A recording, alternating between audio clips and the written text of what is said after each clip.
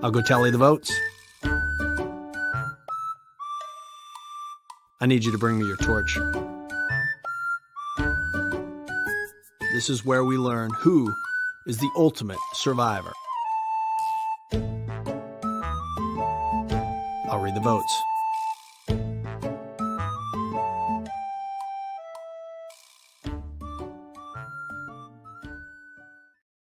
Hey everyone, welcome to Survivor Now podcast. Today I'm really excited because Ollie and I are joined by Kevin from SurvivorSuperFunTime. For those of you who don't follow him on Instagram or YouTube, go ahead and hit that subscribe button on his channel, and also hit a subscribe button on our channel because we are this close to 1,000 subscribers. But Kevin, it's so great to have you here with Ollie and I today to talk about episode 2 of Survivor 46. Just give us your initial thoughts on the season so far. Great question. First of all, I want to say thank you for having me here today. It's great. It's a great honor. I see a lot of Survivor Now podcast stuff going around on Instagram and all the social media. Some awesome stuff going out there. Myself, if I have to answer that question about how I think this season has gone so far, first I'd like to say it's only been 2 episodes, so you can only form so much based off of that. And for the most part, it's been all about the disaster of Yanu, the great reincarnation of many, many failures in the past. Lulu, Matt Singh being the number one I like to compare to right now, especially because they actually even referenced Survivor Philippines last episode. But I've been thinking about that a lot. And the biggest thing that I've gotten from this is kind of an ugly tone, which I think a lot of Survivor fans have thought about. Specifically last episode, there was kind of a mean tone, no matter which tribe you went to, whether it was Nami, whether it was Siga to a lesser extent, or to Yanu, which was pretty overt. It seemed like there was a not fun aspect to it, which made it stand out in a pretty big way from the rest of the new era. Like literally all of it, except for last episode, in my mind at least. So I appreciate the tone change. But so far, it's too early for me to make major judgments. I also love Survivor 45, so I'm comparing my favorite of the new era versus 2 episodes of this new kind of different tone. So I'm not sure where I land on it yet. How about you all? Where are you all feeling right now?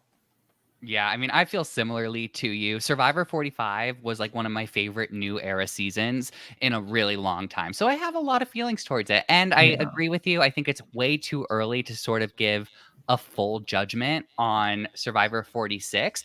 I will say I noticed that it was just to me it still felt very exposition heavy in this episode as well. Like I feel like we're getting set up for future episodes as opposed to sort of focusing on the here and now with these tribes. And a lot of that comes in with the dynamics that we see and the clips that the editors have chosen for this episode. I will say there was a lot of things. This was another 2-hour long episode, and it really did have me thinking, I kind of wish this was 90. Yeah. Same. I would say, just to finish off that bit, I do agree with both of you. I think Survivor 45 was a triumph. Like, it did the thing. So we're seeing what will happen in these kind of first couple of episodes. But I do agree with you, Matt. I think these first 2 episodes, because they've been 2 hours, it's really been about building what's to come. And I also agree with you, Kevin, where there was a tone, and we saw a lot of kind of the not so happy side of things, which I still think is important to see. I think we have to see like the good, the bad, and the ugly. It's just unfortunate. I do think this episode, I think it wasn't necessarily the players that were overly negative, and that's where I'm going to leave that. Oh, that is fascinating, Ollie. I'm curious to hear where you sort of see it come up in the episode, but like, let's talk about this moment right here. This is one where I found that this segment, just in my opinion, went on for way too long. Listen, I love a good Metallica, Taylor Swift. Who doesn't? Yeah, I know, but to me, the segment was funny because I think obviously Taylor Swift is like very, very hot in this time, like this time period, right? So it's topical. The Metallica reference, it was fun to see them sort of bonding over this, but I think it just went on for way too long, and there were other segments that we see like posted online that I feel like could have taken this place. To me, it felt like they needed something from Siga to fill Yeah. the episode. Like we needed to check in on Siga.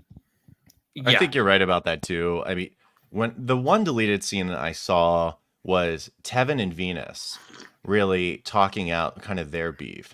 And when I watched it, I was like, the Scorsese meme, cinema, not really, but I thought it was so much better than watching these two go back and forth about Taylor Swift and Metallica. I do not care for Taylor Swift at all, quite frankly. So I actually was very upset about the whole thing, and I was just like, "Oh my god, I want this over with." And it's a shame because I like Ben, but I was like, Charlie's like, you know what? I'm not fitting in quite well enough. You know what I need to do? I need to tap in my Taylor Swift nerdiness, and I thought that was like the opposite of what you should do, but I don't know. I guess it worked for him. I mean, it's his brand. It's Charlie's brand at this point. But I also feel like I agree. I think was it really needed? No, especially because I think we are going to talk about more in depth that deleted scene that we saw. I mean, Metallica versus Taylor Swift was not on my Survivor bingo card. It was nowhere to be found there, so that was the pleasant surprise. But yeah, the fact that we kind of had 10 minutes on this, and I think you even kind of saw like the other players, like the other castaways, joke about it as well. It was like Jem and even Tim, they were like, really? We're still going on? And I think that's where I kind of was all right with it because what's the word? They went along with the joke. But yeah, they had to include something with Siga because at this point, Siga's just surviving. As they said in episode 1. They're thriving. Like Siga is the tribe to be at. I feel like it's so great. I don't know. It doesn't seem like there's much drama happening there right now. It seems like they're sort of itching to start playing, actually. And I get that vibe sort of from Jem. And I did appreciate that Jem even called out in the episode, like, yeah, I don't want to listen to this anymore. And I was like, I'm there with you, Jem. We have Georgette in the chat that says, hi, guys. Happy to be here. Georgette, it's so great to see you. Thank you for joining again. Once again, we do have our live chat open. So if you want to discuss the episode along with the three of us, please do so. We love talking to each of you. So let us know your thoughts as we go through today's segments. And then, I think the thing that stuck out to me most about this episode was everything that occurred at the immunity challenge. Like there was so much here to talk about, starting with this interaction between Yanu and Soda. Yeah, that was pretty angry. Very quick. Yeah. And I was trying to figure that one out. At one point, I didn't realize that there was actually an issue with Soda. No. All of a sudden, she was like, "Oh, how's the food?" I was like, "Wait, is that a slam? I don't get it." Yeah, it was a weird one because this is the thing they were all joking about, and actually we did see Kenzie chatting with them, and so it was all lighthearted. Yeah, there was a banter. Yeah, there was a banter, and that was the thing. I don't think really Q meant for it to be as passive aggressive as it maybe looked. Because when I listened back to what he said, it was like, we've just got to see if our 5's better than their 5. And I remember Jeff kind of going back to Soda, and Soda was like, yeah, I can catch it. And I was like, there was nothing to catch. I feel like it was that comment, how's the food? And she kind of riled herself up, and I thought, this is where I start to worry about Soda a little bit, because I think we definitely saw this episode that she's not afraid to. She's always been a loud personality, and that's what I love about her. I just think, can she control that? If that makes sense, is she going to be too much of a person with an opinion that it is going to be her downfall? Because that's what I'm currently seeing here. Well, I do wonder, to your point, like to me, I wonder how much of this was actually sort of what the audience felt versus how much was actually playful in the moment, right? Because I can imagine a very similar situation where the edit makes it out to be sort of bigger in scale or an impact than it actually was for all of them in person, right? It depends on who they cut away to after Soda says, "How's the food?" Right? Like, it depends on how it also appears in the episode. So I'm going to take sort of the castaways lead on this, whether through their social media posts or how they're feeling about each other. We're going to get into that a little bit later too in our segment called The Tribe Has Posted. But I thought it was an interesting moment because even if it is edited out of context, it might still set up, and this is why I said this episode was very exposition heavy. It might set up what the dynamics and relationships are going to look like further down the line in the game. So I just thought that was pretty interesting.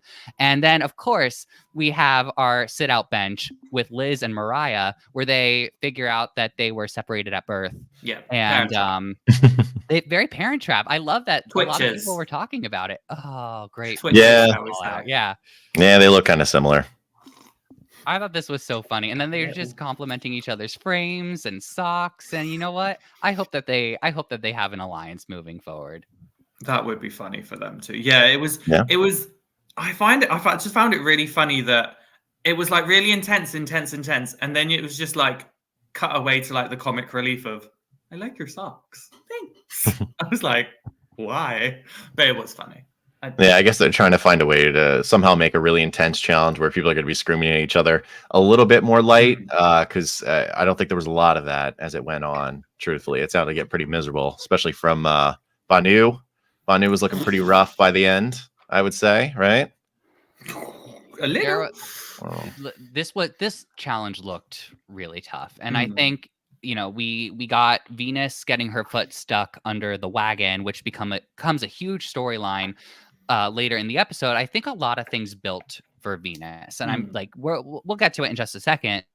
But this was definitely a key moment to highlight because she's very clearly telling them, you got to go left, left, left. But I want to shout out Soda, who Soda does hear her here. Like, I want to throw that out because Soda was the one to say, like, she's about to get stuck. Yeah. So, someone did identify that was going to happen, but it's just unfortunate that is what ended up happening, especially to Venus, who has not felt quite heard on her tribe. And then we have to shout out Resistance. What do you think happened? Why do you think it was so hard to kind of like see what you were doing as you were doing it? There were many moments like this where I was like, if they had just looked up or someone had just noticed, like, why do you think, Kevin, that this is more difficult than it looks? I mean, honestly, for the most part, I think it's pretty straightforward. You're working really hard, you're tired, you're getting annoyed. Sometimes you get your toe run over by a cart, and you don't know exactly to look up right away because you're like, listen, we already got it. We spelled it out. We laid it out. We know what we're doing. And then last second, you stumble over the last hurdle, which is actually spelling the freaking word right, which you did 10 minutes ago.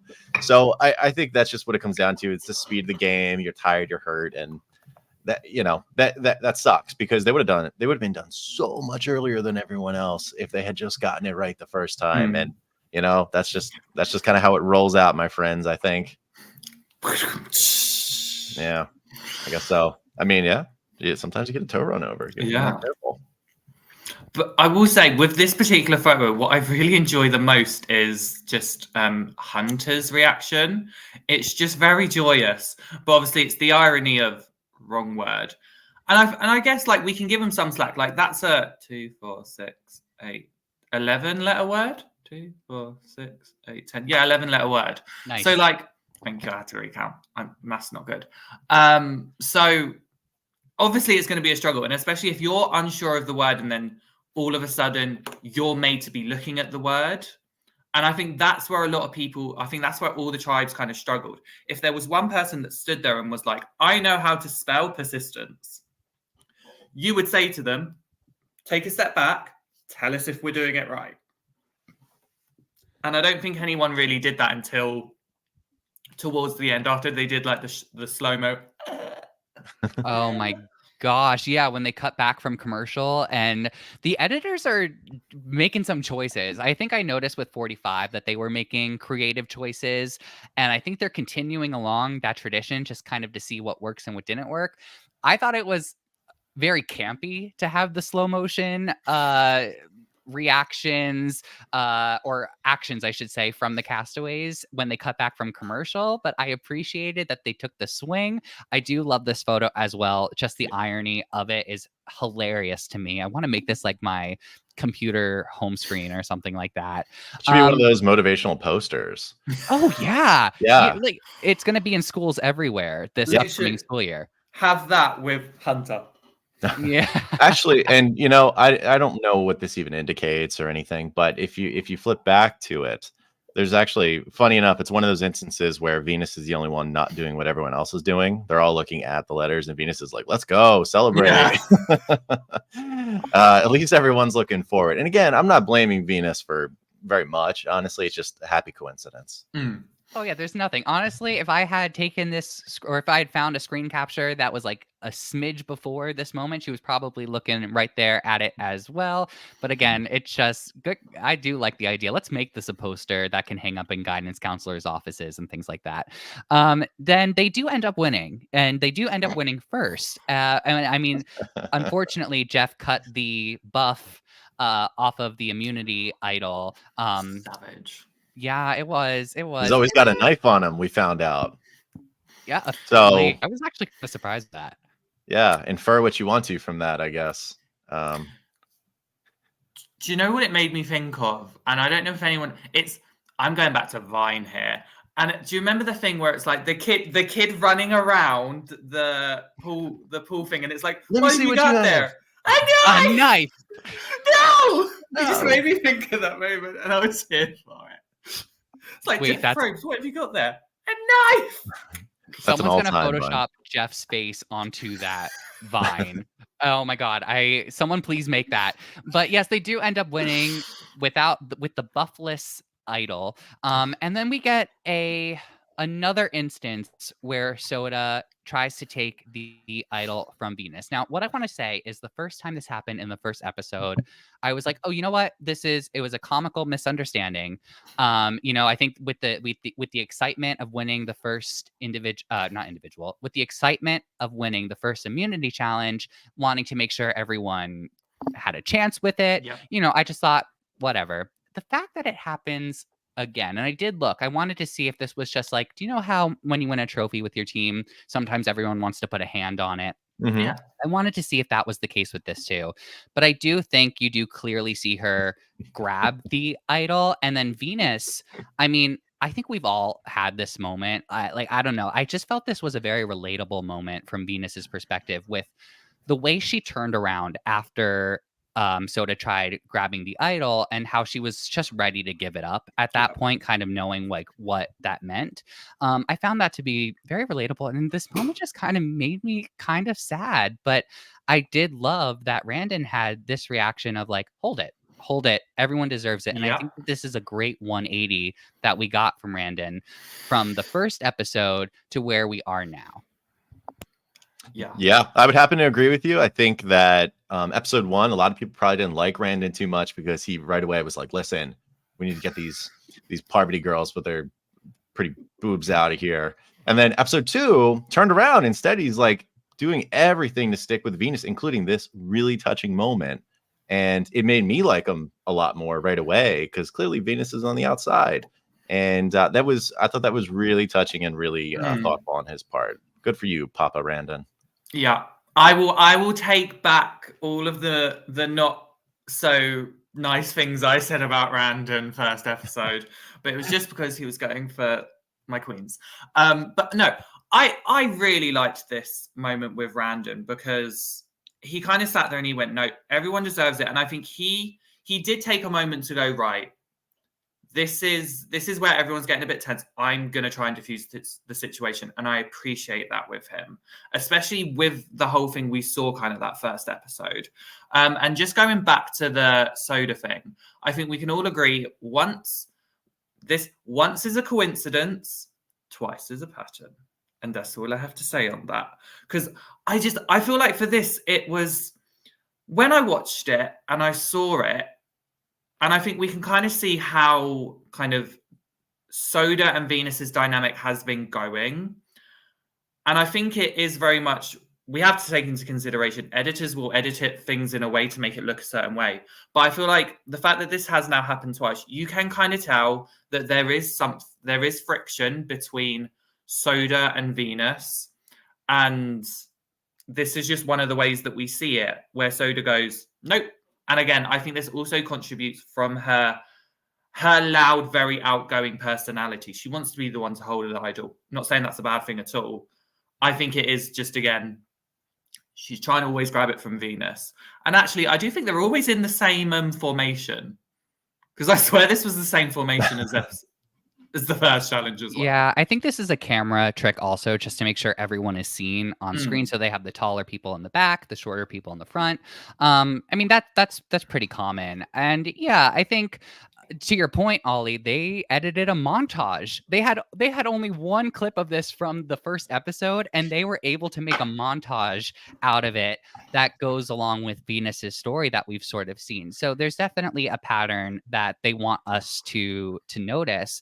And I think when it comes to Venus, it was interesting, and when we talk about Randon, because their storyline sort of merges here, it was interesting to sort of see Randon's strategy kind of play out, because what I appreciated was, yes, he still doesn't know if he can trust Venus. And I think that they did an okay job at explaining that in the first episode, which was he caught her looking for an immunity idol.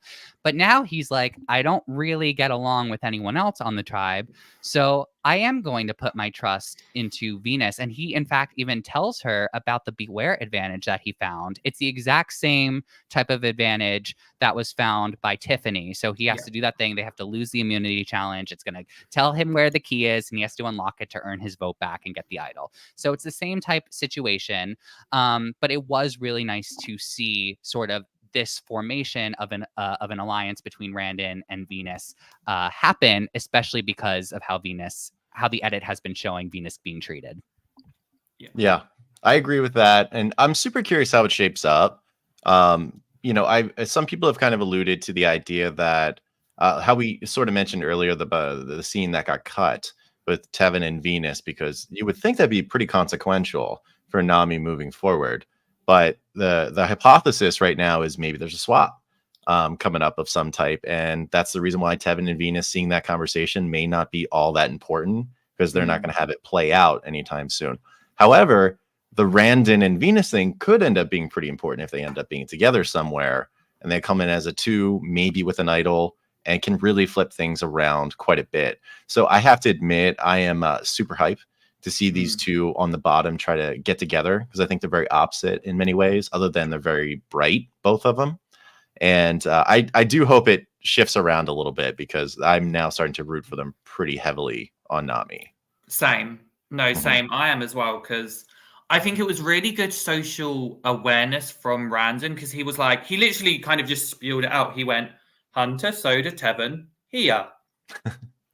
Liz is just talking about all of her achievements. She is going to get herself out.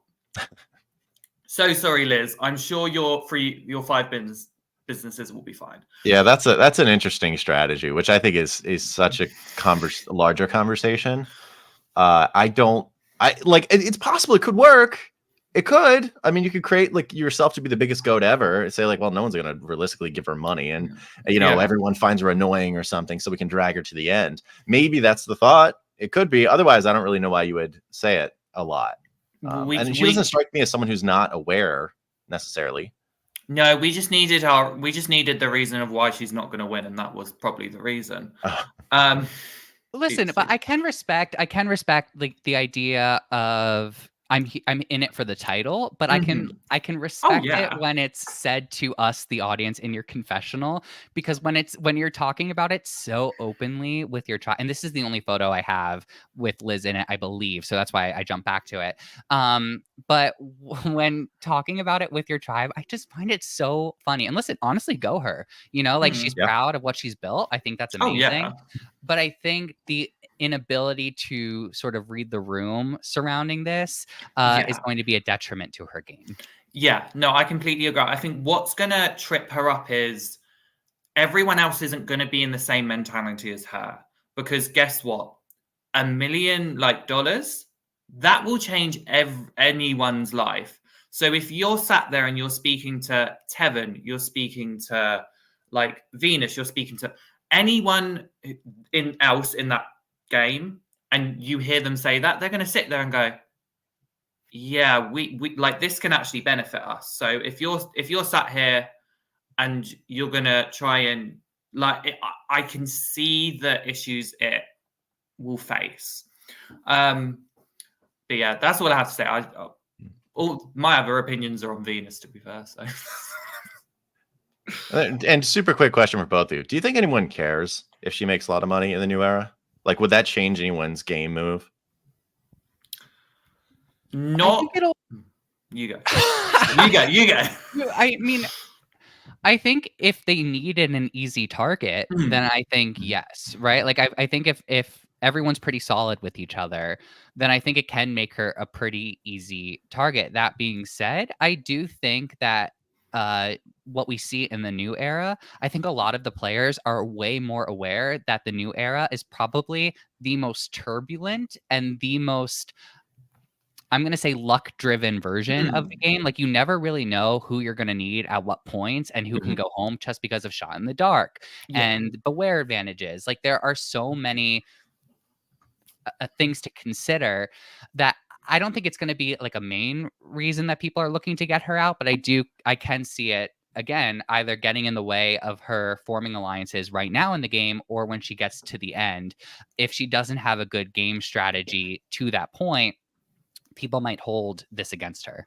Yeah, I think the main thing it will be is if she gets to the end, like if she does get to final tribal council, and because you know that this question will be asked, because everyone always asks, what will the money do for you?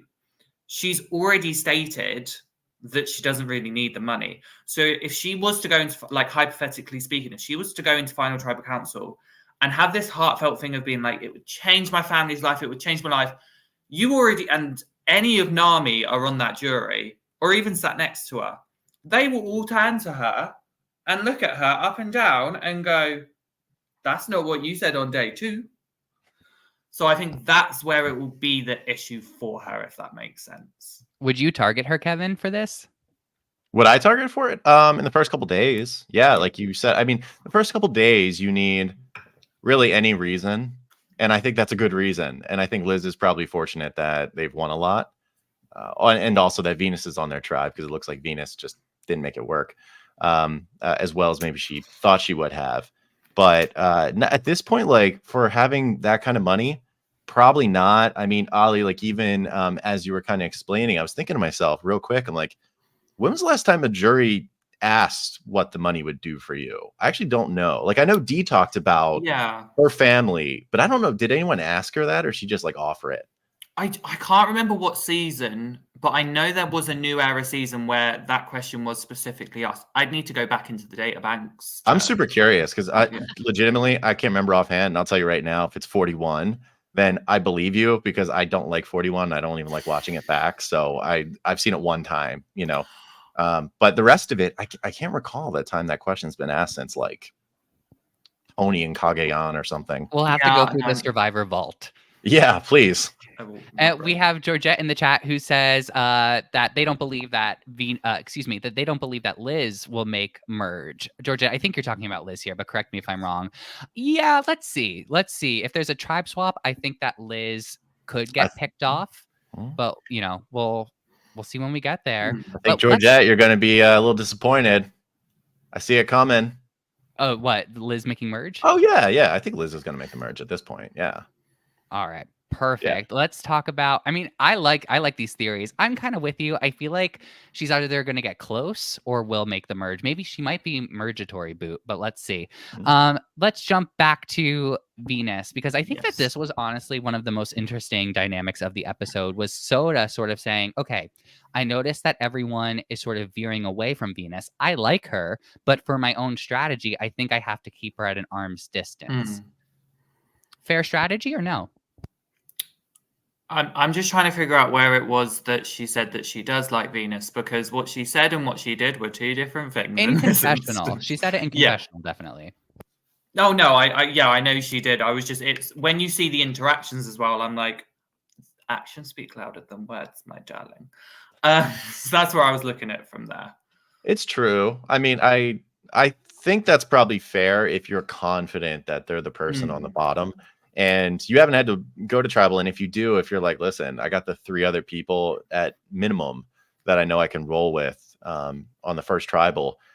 Sorry, Venus, I like you a lot, but and it's interesting. I talked to Gabler about this, and he kind of mentioned something from season 45 that I thought was actually really brilliant in this exact type of scenario with Caleb and Lulu when he was in the majority with Sabaya and Sean and himself, but he went out of his way to pull in Emily.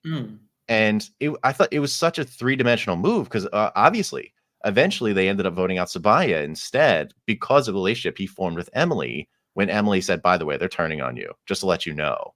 And maybe this could be a similar scenario where Soda could instead think of Venus as an opportunity, which I think Tevin said in some brilliant confessional. And instead, she's actively pushing Venus away, which could be a huge error. Yeah, well, I do, because that was the deleted scene where Tevin was saying every person is an opportunity. I think my thing here with kind of the tribe dynamics, specifically towards Venus, is I think you have very much Tevin, like the 2 people that come to mind are Tevin and Soda, who are very much big personalities. They're very much open books, and they're very much happy to be an opinion, like have their voices heard, and very much be vulnerable.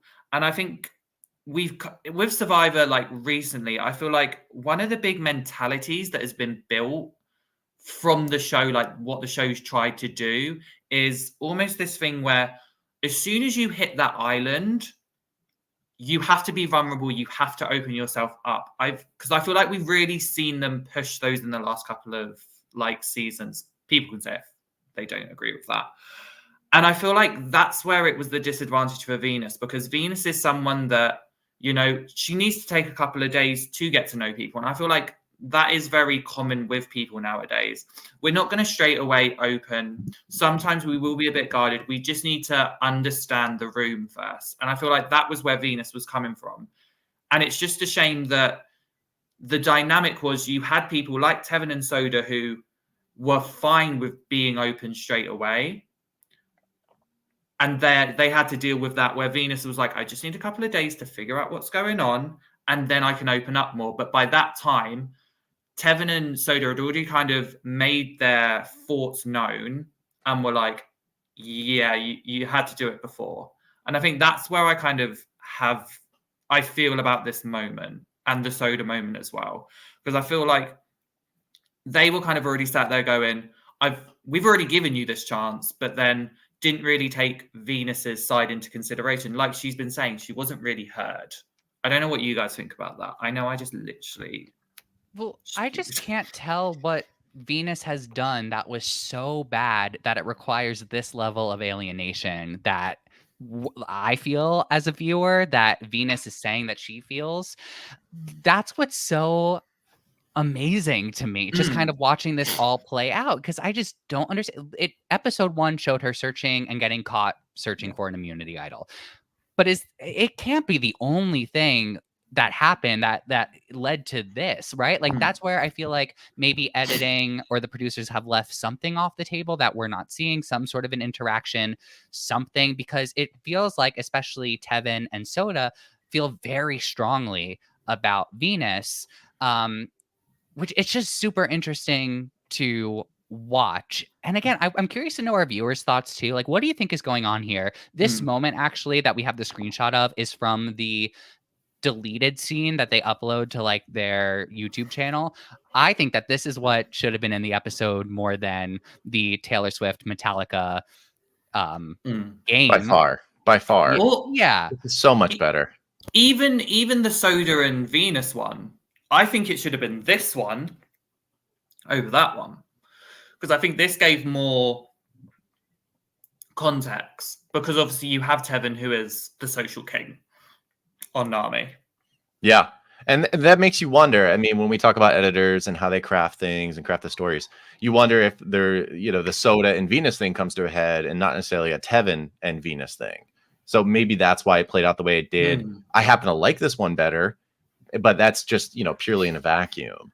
So I'm not sure how it's going to shape up, but I mean, even looking at this screenshot is kind of fun how you think about it. I mean, Venus's arms are crossed and she's leaning back away from this whole thing while she's in the confrontation. And she's just surviving quite literally on Nami, trying to find any way in. And they're just not, like, Tevin's confident in that. Yeah, I'm not into this. And I'm going to let you know kind of the deal is it is what it is. And did she do anything? I don't know. Is it one of those scenarios where we look at the obvious thing and say, is it because they looked at her and she's like pretty young girl and we just like, it's the opposite of pretty privilege and went backwards off initial impact? I don't know. But I do think you were dead on about her walls being up. I think that was a very big thing. It's so clear.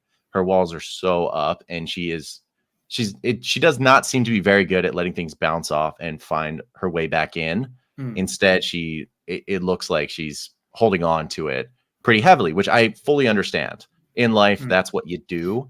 In the game, it's tough to just tell yourself to shut up and dig back in and try to be the butterfly that you think you can be, Yeah, I'm glad you said that because it did feel, I had that same thought where I was like, oh, I completely understood why Venus was sort of closed off to her tribe. And I completely understood like why after the challenge, she had to sort of call out, like, you guys ran over my toes and I told you, and it doesn't feel like anyone's listening to me. But from that same perspective, from a game perspective, I should say, it's probably not the best way to go about things, which is kind of sad, right? Like I think we all know, like in the game of Survivor, you sort of have to like adapt to the situation at hand instead of just sort of reacting how you maybe would in real life when there's not the title of Sole Survivor and $1 million on the line. So it was just a very interesting watch, but I want to take a very quick break and then I want to talk about all the fun that happens at our favorite tribe,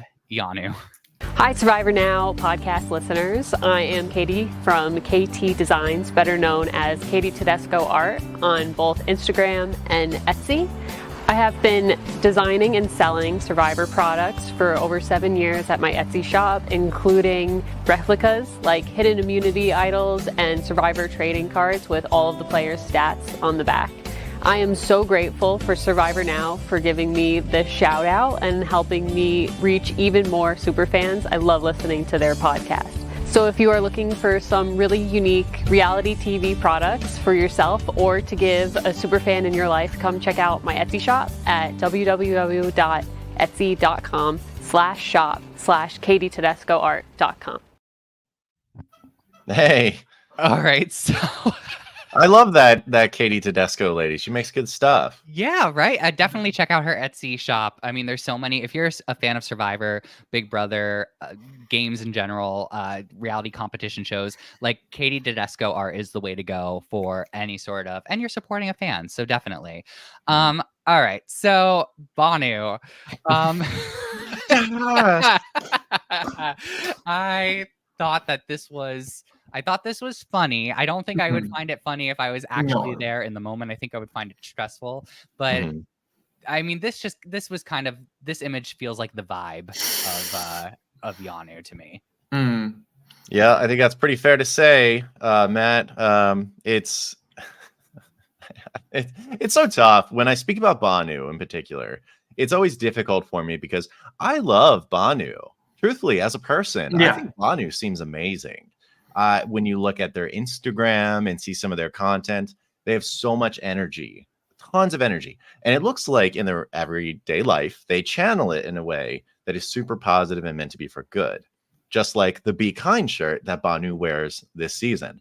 However, it sounds like when there's a good amount of controversy and Banu has that piece tested, he's not a very peaceful guy. In fact, that energy just goes into the pit of despair. And this screenshot encapsulated it for me. And I know he doesn't mean to be. He doesn't want to be. He regrets it the second it happens. But no matter what, it is having an effect on Yanu. And they are just the misery tribe right now. That's what I think, at least. Yeah. I mean, we'll probably talk about kind of this how Banu is with his emotions. I mean, personally, I don't really know how I feel about the Yanu tribe. I don't really know. I don't know Oh how yeah, I you feel don't about know them. that buff No. right there, that little ascot you have, the purple one. Nice. Yeah, no, I mean, thank you. CBS Survivor Store. But no, I find Yanu so funny because they are dysfunctional. Like when we talk, like literally, Lulu went so Yanu could like be reborn. Like, and it's this moment. I think what's struggling for them, like from a challenge perspective, is I think the tribe as a whole crack very quickly under pressure. Like if when the going gets tough, not that's probably the wrong thing for it, but like once they can see like they start to struggle, I think they then get in their heads quite quickly. And also to actually defend them, I just don't think that the tribe is like they don't have a puzzle person. None of them are really like I can do the puzzles, and I think that's maybe where they worry as well. If only Jelinski was here, he would volunteer to do that puzzle and maybe complete it. We don't know. It's arguably Several he might or times. he might not. I Randy says, saw a tweet that said they were like, yeah, the 7-foot wingspan of Jelinski would have helped. And then they said The several foot. the follow-up tweet said, let's be real, Jelinski would have quit halfway through, so it doesn't matter. yeah, definitely. And But to be mind fair, you, let me just say this real quick. I love Jelinski, and he's been a great sport about after, if you check him on social media, he's been making dumb jokes about the several and legends, and he caught a lot of strays in episode 2 from the other tribes, which I thought was pretty messed up, actually. But no, actually, Jelinski definitely, it would have been helpful to have him around. I don't think he would have quit in the middle. I would agree with that. But yeah, there was a lot of jabs that were being thrown his way when he was already out of the game. I was like, this is wow. Okay. Randy says that Banu had one of the worst episodes of all time. By what metric? By what metric is a great one? Because you know what? As a viewer, I thought it was one of the best. I thought it was great. I'm kidding. It was great in not maybe the best way, but it was great. Well, you're right about that. Yeah, it was tough to watch because I don't like seeing anyone struggle right in the game. It's entertaining from a viewer's perspective, but as an empath, like I don't like seeing it happen in that sense. But I mean, like I like seeing Jess have some moments of strategy talk today, even though like this was when Kenzie had sort of brought them all over to what was like a beautiful. I wish I had a shot of that, but it was like this beautiful archway.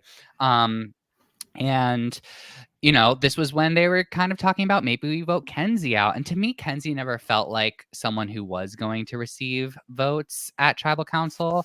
And she didn't. Remember that.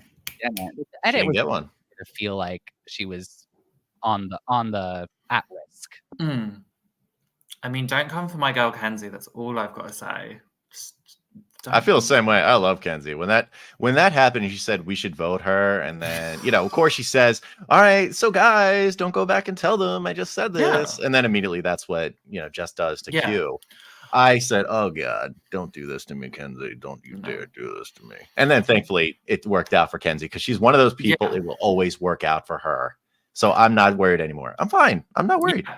Well, this is the thing. I actually don't think. Well, this is the thing. I do think in that moment there was a little bit of overplay by Kenzie, but also it was the thing of she wanted to feel them out. And at the end of the day, she felt them out, and both of them didn't really give her anything. So she had every right to go back to Q and Tiffany and go, "I'm with you guys. Like, I'm there." Because if she's not feeling like 100% with Jess and Banu and like too right, because Jess has literally just gone, "Go there." Yeah. I would like if I was Kenzie, I'd sit there and be like, "Well, I have no reason now to talk strategy with you."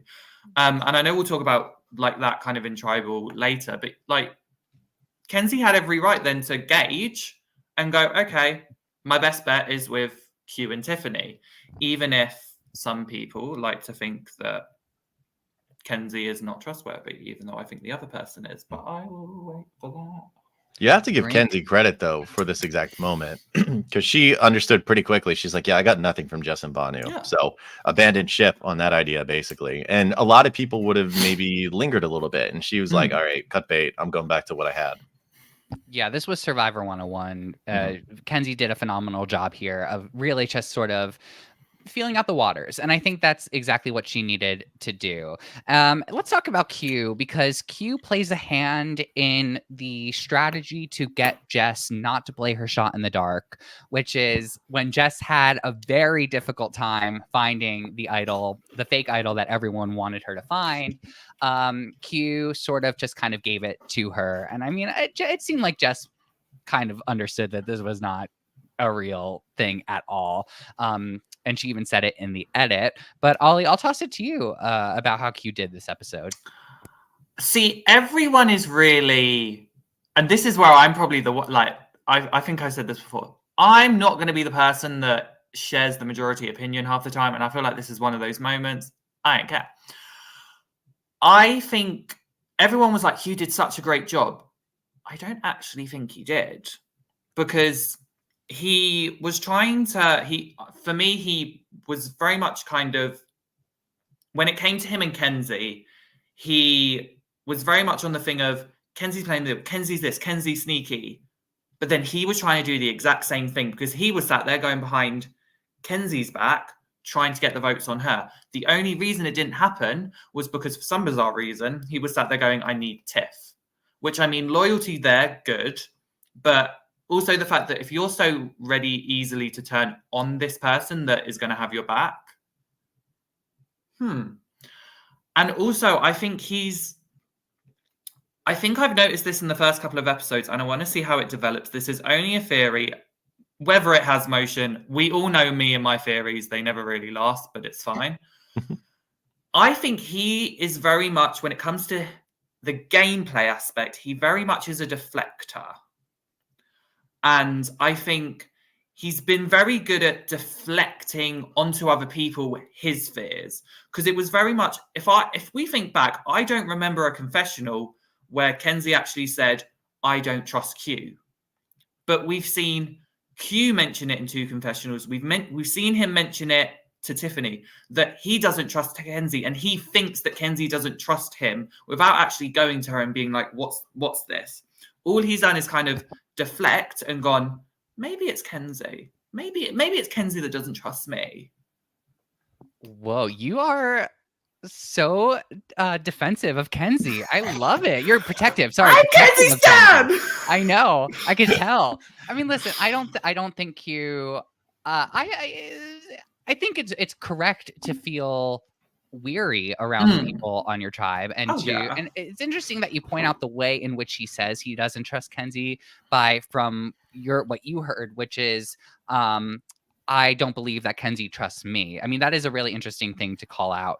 I don't necessarily remember it, but I'll take your word for it. I don't know. To me, Q in this episode, yes, the Kenzie thing was there. He decided not to take that shot by teaming up with Banu and with, I don't even know if Banu would have done it, but especially Jess. I don't think so. I mean, listen, I think Banu was on like the lower of the tribe at this point.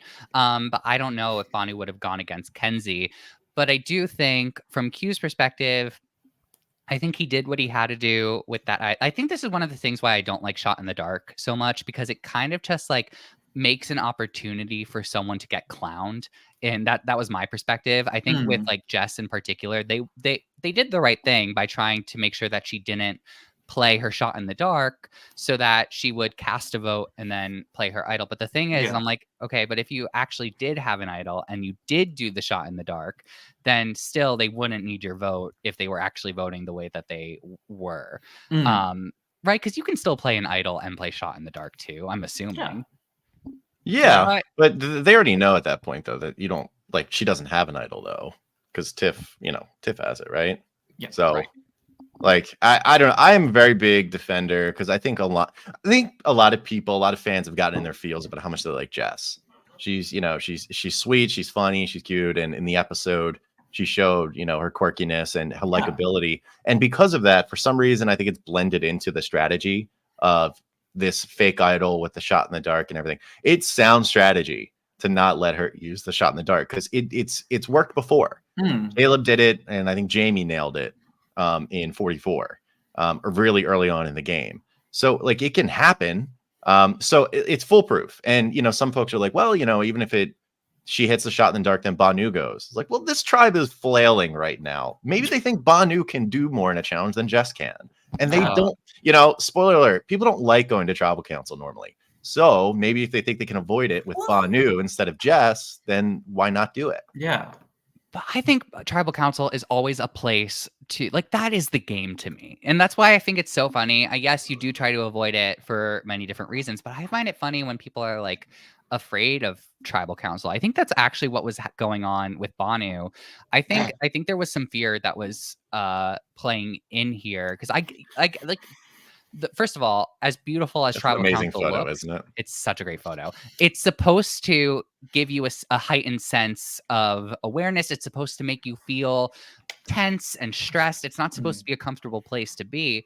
And I think that was really getting to Banu here. And this is where he's sort of talking about like how emotions are a strength. Yeah. And I'm going to punch him in the face with them. Yeah. Okay. First of all, before I go on to my thing of this, why does it look like Banu's trying to use the Force on Jeff? Because he was. He was.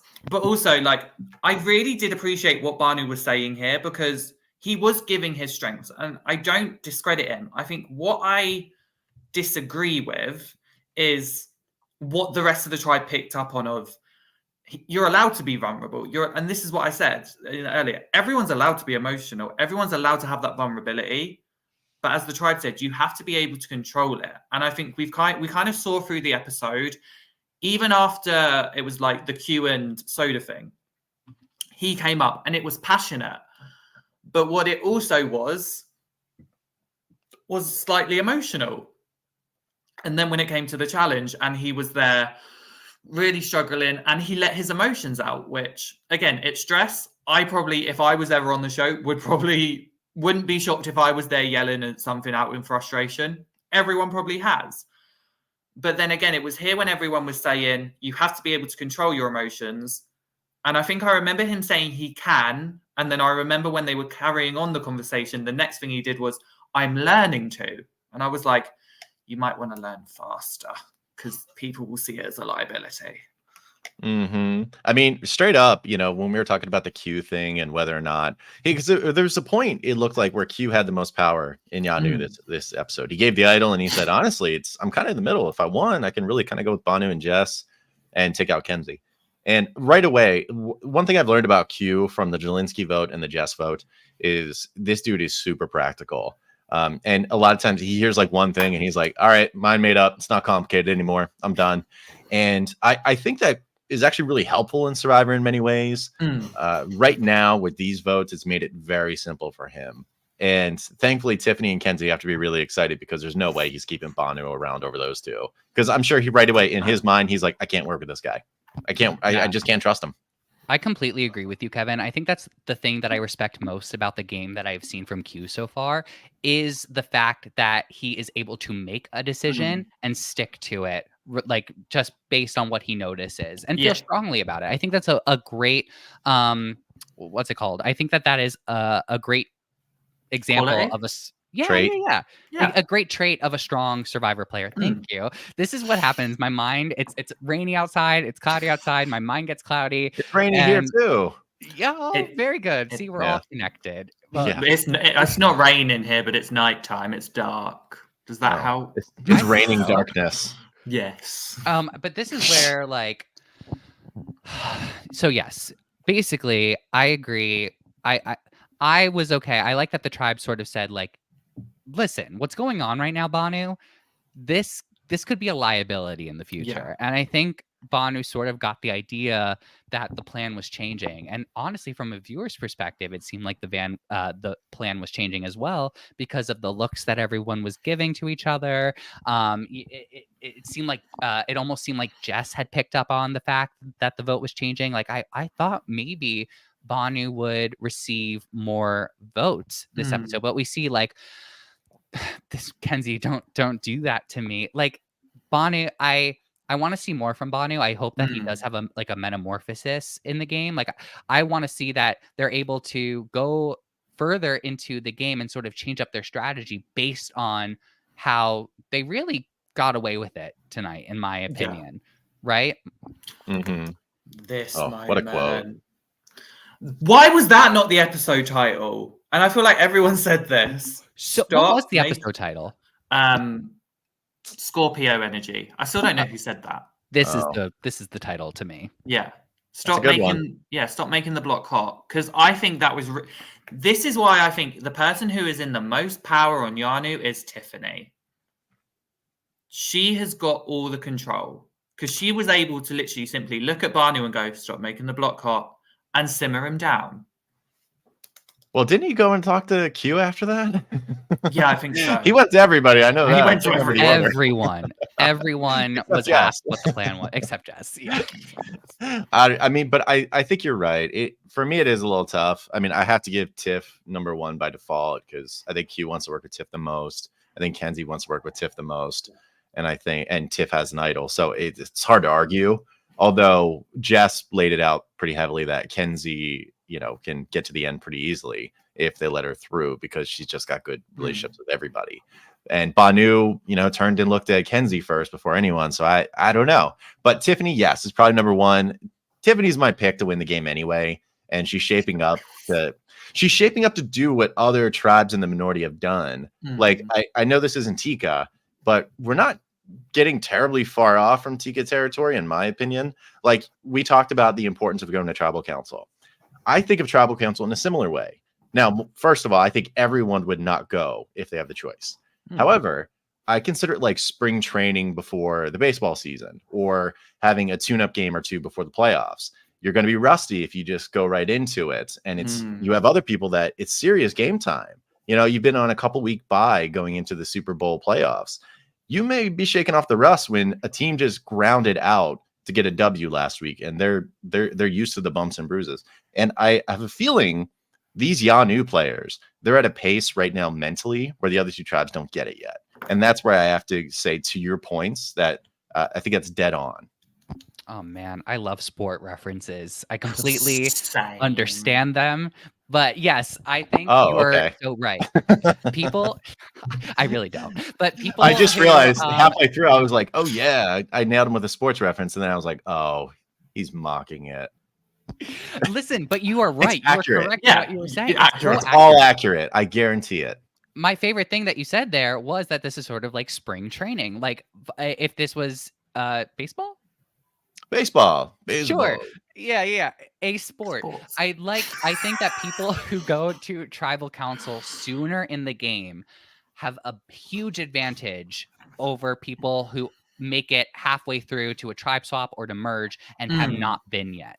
I think it is huge to go and wet your feet first. And then if you survive, like, you have a huge leg up on everyone. So great call out there. And I will do some more research on sports. And listen, I think I hope that Banu has learned from this tribal council, right? Like, I think that Banu is incredibly entertaining. I'm glad that we continue to have them on our screen. Unfortunately, it is to Jess's demise that this happened, but I hope that Banu can learn from this and who knows, maybe come back stronger and better than ever in the next couple of episodes. How funny was it when Banu, after one vote, start putting his bag on? I felt so sad for him because I was like, in that moment, it must have just been like he truly must have felt like I have just tanked my game. So I'm hoping he does take this as like I'm going to not waste this opportunity. But yeah, I still feel sad that Jess went. I love her. She was so quirky. I did too. I wanted to see Jess go much farther in the game than Jess did. I think we saw in episode 1 and in episode 2 that things were just not looking good, unfortunately. And you know what? That's how the cookie crumbles sometimes. honestly, this episode made me think like I just wish that we had either next season. I want them to change it up. I want to go back to 2 tribes just Yes. to give us like a fresh spin on New Era. Like I want to see what they can do with it, but I also just want some wiggle room for some players, you know? Like I want to Yeah. be able to see who can make it a little bit further. Yeah, maybe Asian women wouldn't be knocked out of the game in the first 3 votes every season except for 41. We see this in the New Era. It's Every definitely time. a pattern. Every time. And I wanted Jess to go a lot further. Yeah. Why don't we jump right now into the tribe has posted. So we have scoured the internet for all of these different castaway posts that came out after the episode, during the episode, and everything in between. First, let's start out with we did a spark or snuff video on our channel. Go make sure that you check that out if you like Castaway Island outfits. And we have Maria commenting. Maybe she saw our video. I think she commented. did. I think so too. I think she posted her own outfit and just kind of talking about her style there.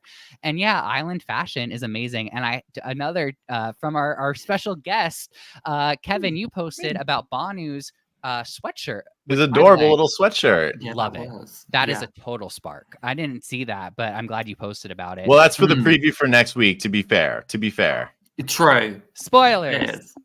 It Yeah, is. sorry. I mean, like you look at him, he's fierce. He's talking about like a mermaid dragon or something that Kenzie is. And he's so like that's like the what I love about him the most, the contrast of his clothing and his face. So he's like got this angry I'm gonna murder you face, and then he has a shirt that says be kind underneath, or this adorable little red I love pinkish it. sweater. I love it. That's like my favorite thing about Banu. He's great. It's wonderful. I had to share it. Yeah. It is I gorgeous. think Jam Jam would spark it. I'd spark it. Oh yeah, yeah. and I think I gave Banu a snuff when we did Spark or Snuff because that was the Be I think we Kind did, shirt, yeah. and I am going to spark this, so I'm glad we included it. Next up, we have, I think this is actually really important to sort of talk about here because basically the gist of it is that Kenzie admitted that she started receiving death threats, which is never right. And like, it's so sad that people keep doing this to people who go on reality television. Just please stop. That's my biggest takeaway from this is don't send hate to people. Don't send death threats. Just enough. Just go send the castaways that you love. Just go send them love and call it a day there. Yep. Don't send them hate, especially if your profile picture isn't you and your name isn't your name, your username. That's all I'm saying. I still can't understand what you get death threats for. That I'm still trying to work out. She didn't do anything. She played the game. Yeah.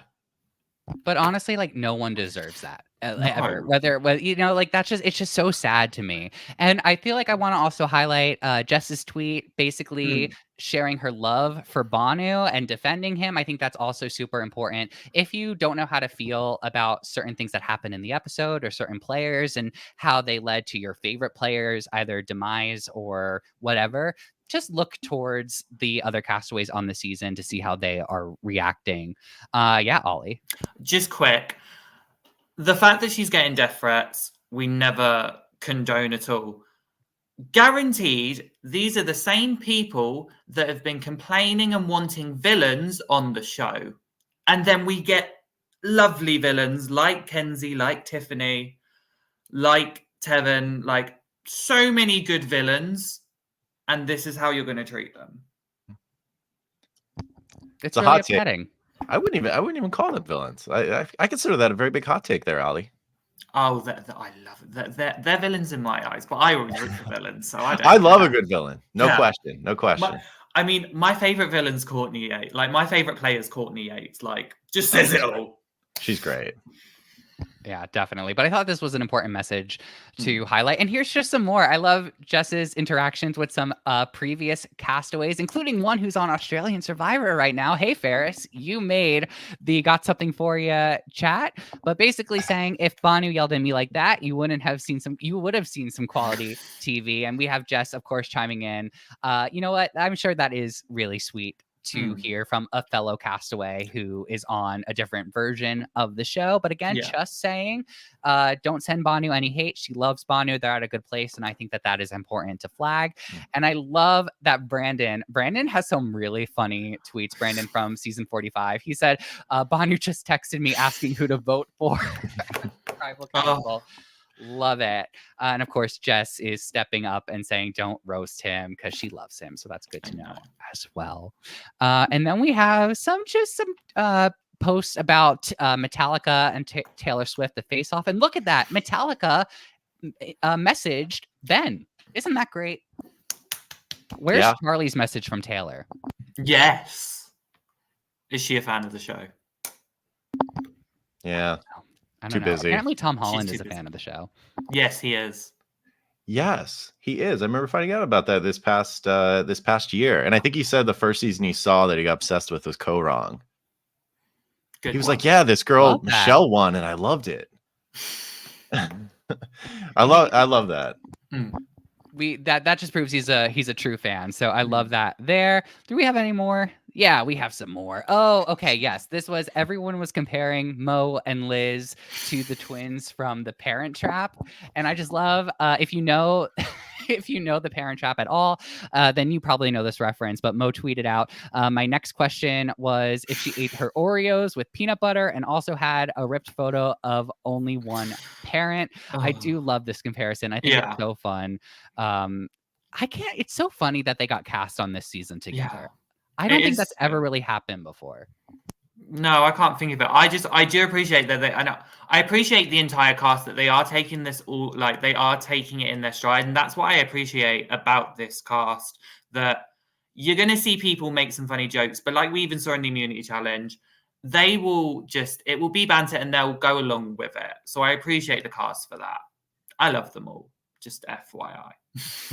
Who do you think is going to end up with a better social media record between 46 and 45? Because I thought 45 brought the heat. Like Brandon, like you said, Brandon was really funny. At one point, Dee just started replying people and said, yeah, I'll vote out your mama too. And I thought it was great. I mean, listen, I love 45. I love the cast of 45. And I think it's easier for them, especially now having been off the show for a year and probably don't have to worry too much about NDAs for their season in particular. I think it's easier for them to have some of the better tweets this time around, or sorry, I should say posts, because it's not Twitter anymore. Anyway, the better post this time around. But I love what we've been seeing, right? From Jess has been hilarious on social media and seeing all of her stuff. Charlie has been awesome on social media. There's so many of them that have been posting some really great stuff. And I also want to shout out, Mo got a private message basically saying, hey, I heard you had a business that helps people create emails for money. And, just kind of playing into the fact of the comparisons between Mo and Liz. So I thought that was funny. That was funny. But absolutely. With that, I just want to thank all of you for joining us. We have to do like Banu, pack up and get on out of here. So Kevin, where can people find you on social media, since we were just talking about that? Absolutely. You can find me on, of course, YouTube, which is the main thing, Survivor Super Fun Time Show. You have to search it. I don't have a custom URL yet at this point. What can I say? I'm a small channel at the moment of 339 subscribers. And on Instagram, Survivor Super Fun Time, and Twitter, X, whatever Elon Musk wants to call it today, Survivor SFT, because they didn't allow the whole thing to be spelled out. But yeah, tweet on there a lot, post on Instagram, all that stuff. So I appreciate the time with all of you to talk about the game today. It's always a really fun pleasure. We had so much fun having you on the show. Thank you for your takes. You can find Ollie and I at our handles, which are down below under our names. So go check out our pages as well. We are going to be back here next Saturday at 3 p.m. to talk about episode 3 of Survivor 46. But there is still so much coverage happening throughout the week for Australian Survivor, Titans vs. Rebels. If you are watching that show, highly recommend, if you are a super fan of Survivor, that you check out the international seasons as well if you are in the US. Of course. And we have so much Survivor 46 coverage. So make sure you follow us on at Survivor Now Podcast online so you can see the schedule throughout the week. And again, we're like this close to 1,000 subscribers. So if you are one of our viewers that regularly watches our videos, go ahead and hit that subscribe button. We love having you all in the chat and talking to you all. So with that, we are going to sign off for now. But like I said, we will see you next week for episode 3 of Survivor 46.